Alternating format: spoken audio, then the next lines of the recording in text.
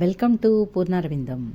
ఈరోజు పచ్చి కొబ్బరితో ఘుమఘుమలాడే కొబ్బరి పచ్చడిని అయితే చూపిస్తున్నానండి. దీనికోసం కొబ్బరిని ఈ విధంగా తరిగి పెట్టుకున్నాను. దానికి కరివేపాకు, కాస్త చింతపండు, సరిపడా పచ్చిమిరపకాయలని కడిగి రెడీ చేసి పెట్టేసుకున్నాను అండి. ఒక గ్లాసు నీళ్ళైతే మరిగించి చల్లార్చి పెట్టేసుకున్నాను పక్కన. దీనిలోకి పోపు దినుసులు, ఒక చెంచా ఆవాలు,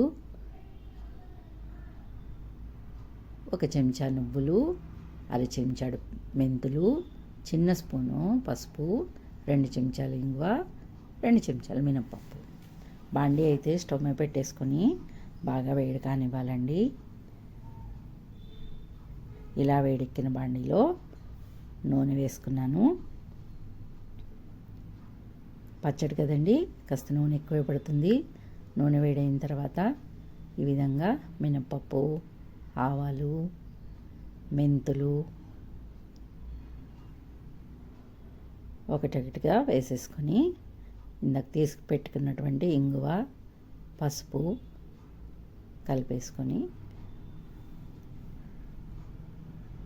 ఈ విధంగా చిటపట్లాడేటప్పుడు సిమ్లో పెట్టుకొని కలిపేసుకుందామండి.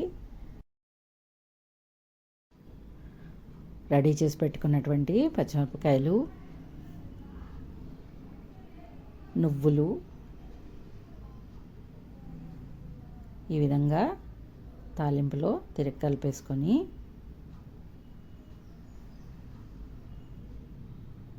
చిటపట్లాడేటప్పుడు కరివేపాకు కూడా వేసేసుకుందాము. మళ్ళీ ఒకసారి ఈ విధంగా తిరిగి కలుపుకొని మూత పెట్టేసి స్టవ్ని సిమ్లో ఉంచేసుకుందామండి. ఒక్క 10 నిమిషాల తర్వాత మూత తీసి చూద్దాము. చూసారా, కాస్త మగ్గాయి కదా. మళ్ళీ మూత పెట్టి ఇంకొక 10 నిమిషాలు ఉంచేద్దాము. ఇప్పుడు పూర్తిగా మగ్గిపోయాయండి. వీటిని స్టవ్ ఆఫ్ చేసేసి పూర్తిగా చల్లారనివ్వాలి. పూర్తిగా చల్లారిపోయిన తర్వాత మిక్సీ వేసేసుకోవాలి. ముందుగా కొబ్బరి ముక్కల్ని మిక్సీ వేద్దాము. కాస్త కొబ్బరి ముక్కలు కచ్చాపచ్చా మెదిగిన తర్వాత ఇందాక చల్లారిపోయినటువంటి పోపు, మిరపకాయలు మొత్తము ఈ విధంగా మిక్సీ జార్లోకి తీసుకుందాము. మీకు నా వీడియోలు నచ్చినట్లయితే లైక్ చేసి, షేర్ చేసి, సబ్స్క్రైబ్ చేయండి ప్లీజ్.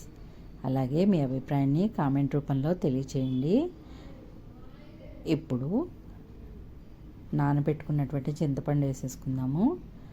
కాచి చల్లార్చినటువంటి నీళ్లు చూసి కొద్దిగా వేసుకోండి. అలాగే సరిపడా ఉప్పు వేసుకొని మూత పెట్టుకొని ఈ విధంగా మెత్తగా మిక్సీ చేసుకున్నటువంటి పచ్చడిని ఇంకో గిన్నెలోకి తీసుకొని వేడివేడి అన్నంలో నెయ్యి వేసుకొని తింటే వదలకుండా తింటారు. అలాగే దీన్ని ఇడ్లీ, దోశ, వడలో కూడా తినచ్చు. నచ్చితే లైక్ చేయండి ప్లీజ్.